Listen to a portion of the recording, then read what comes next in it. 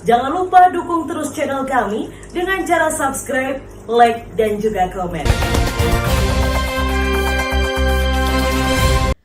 Pemirsa, kasus dugaan pencabulan yang diduga dilakukan oleh oknum guru ngaji di Nganjuk terus berkembang. Mawar, salah satu korban pencabulan, warga Prambon, Kabupaten Nganjuk, Jawa Timur, tadi siang mendatangi kantor kuasa hukum Wahyu Priyojatmiko and Partner di Perumahan Semeru Residen Tanjung Rejo, Kecamatan Loceret, Kabupaten Nganjuk, dengan didampingi keluarganya untuk meminta bantuan hukum atas kasus asusila yang menimpanya. Di hadapan Desi Wahyuningsih dan Dedi Irawan kuasa hukumnya, gadis 13 tahun ini menceritakan peristiwa memilukan tersebut. Menurutnya, kejadian pencabulan itu bermula saat bulan Juli 2021. Ketika mengaji di rumah AM terduga pelaku cabul, Mawar disuruh AM untuk mengambilkan air minum di dapur. Saat mengambil air, ia dihampiri AM dan diraba-raba serta dipegang kemaluannya. Mawar juga mengaku pencabulan itu dilakukan AM berulang kali dan di tempat berbeda. Pencabulan yang dilakukan oleh siapa itu? Pak Guru apa? Guru ngaji. Saat itu adik mengetahui ada pencabulan, saat itu adik diajak apa sama Pak Guru ngajinya itu? Saat nyapu-nyapu atau saat apa itu? Disuruh ambil air minum. Air minum. Di mana? Dapur. Dapur. Terus setelah itu? Itu saya dipeluk. Dipeluk? Ya. Berapa teman-temanmu? Yang digituin. Iya, yang digituin. Banyak. Adik minta hukum bagaimana? Biar dihukum atau bagaimana Pak Guru ngajinya? Dihukum ya. Sementara Desi Wahyuningsih kuasa hukum korban menjelaskan, usai melakukan pencabulan, terduga pelaku memberi uang Rp5.000 kepada kliennya dan diminta agar tidak menceritakan kepada temannya.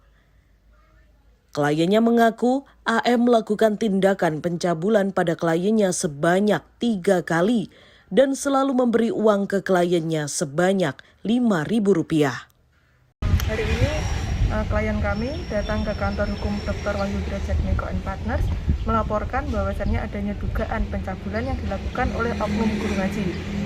Mbaknya ini sudah mengaji di sana mulai dari TK sampai kelas 7 SMP maksud kami, dan ada indikasi korbannya tidak hanya 1 ataupun 2 yang berani speak up, tapi masih banyak lagi yang belum speak up seperti itu. Kalau dari cerita korban, pencabulannya tuh bagaimana Mbak ceritanya Mbak?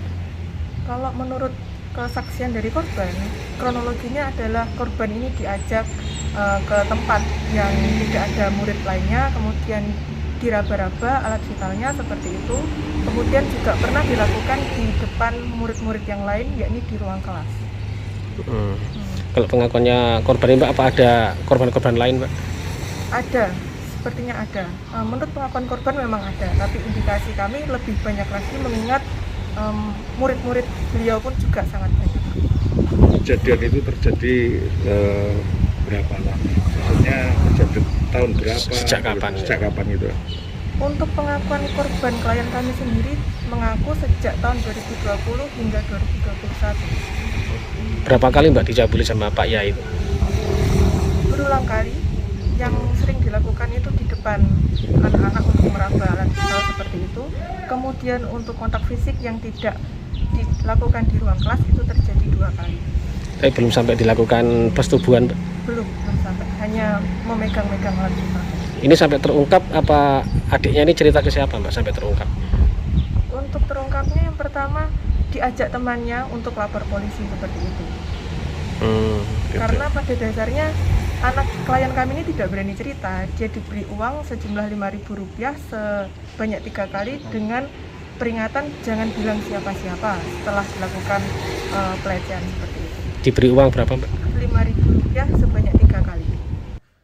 Sementara menurut Kasat Reskrim Mapolres Nganjuk AKP Nikolas Bagas membenarkan adanya laporan dugaan pencabulan tersebut. Pihaknya polisi sudah memeriksa sebanyak 7 orang saksi, termasuk AM selaku terlapor.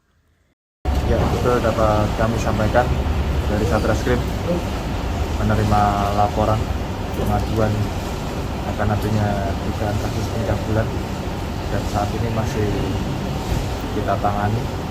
Yang menangani adalah unit BPA. Sudah ada berapa saksi yang dipanggilkan? Untuk saksi sampai dengan hari ini sudah 7 orang kami lakukan pemeriksaan. Apa yang terduga terlapor juga diperiksa dan? Ya, hari ini untuk terlapor kami lakukan pemanggilan untuk kita klarifikasi.